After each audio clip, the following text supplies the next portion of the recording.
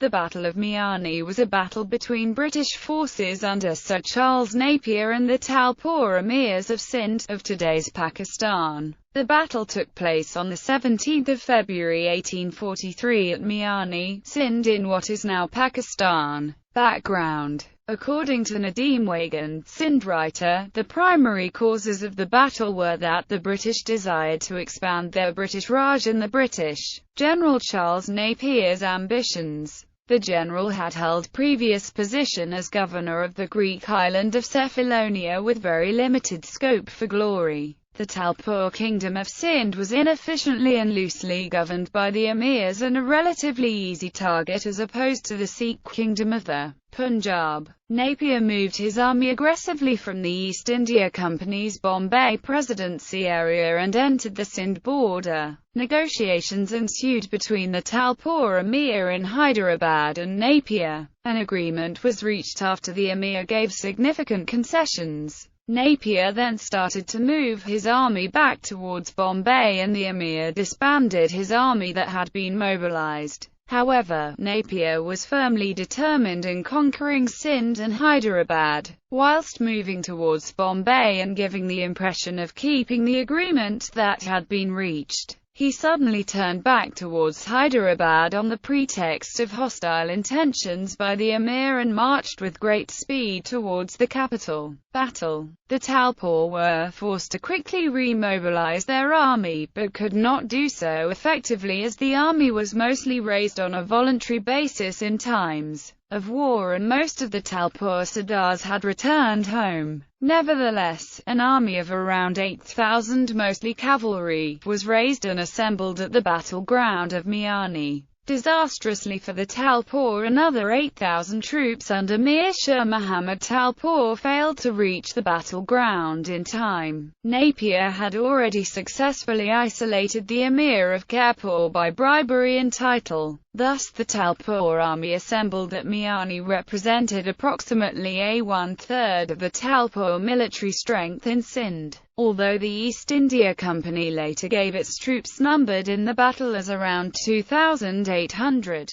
Contemporary Talpur records indicated the armies were approximately equal in numbers, with the British having around 2,500 European officers and soldiers and the balance comprising Indian sepoys. The difference in military technology and tactics was enormous. The East India Company's army was led by professionally trained British officers and troops, and the Indian sepoys were also well trained and disciplined. They were armed with smoothbore percussion or flintlock muskets which were accurate to 100 to 150 yards and supported by modern artillery. In contrast, the Talpur army comprised mostly cavalry armed with muskets, spears and swords, and some old artillery pieces acquired from Persia. The tactic was the favoured Talpur cavalry charge. Contemporary records indicate that the Talpur army's morale was very high, with the battle slogan being, "We will die but not give up Sindh." Indeed, the Talpur died in thousands, in 4 to 5 hours of carnage.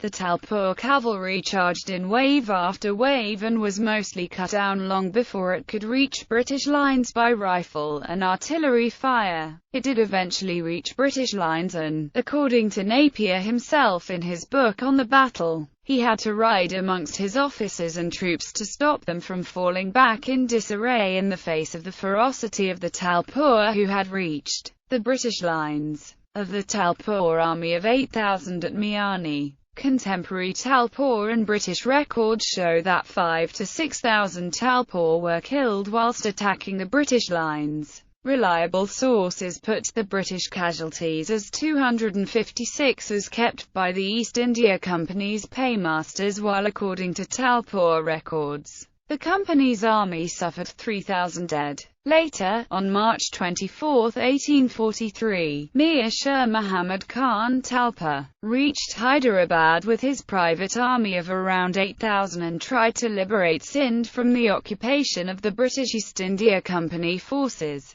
He sent Napier a message giving the general 48 hours to vacate the Hyderabad fort. Napier, who was firmly entrenched in Hyderabad fort and had recently been reinforced from Bombay, replied by firing his artillery from the fort walls. Mir Shah Muhammad Khan Talpur was subsequently defeated in the Battle of Dubba and thereafter conducted a guerrilla war for 10 years before he eventually surrendered. The East India Company gave him amnesty as per agreement. The emirs of Hyderabad suffered great loss, the fort was plundered, and emirs themselves were exiled to Rangoon, Burma, never to see Sindh again. Napier's post-conquest occupation of Sindh was absolute. 15 years later, when the Indian Mutiny or War of Independence in 1857 broke out, no shots were fired in Sindh. His manipulations of the history of his interactions with the Talpur dynasty and the history of the battle were likewise absolute and designed to glorify his position. However, debates that took place in the British Parliament for the post-conquest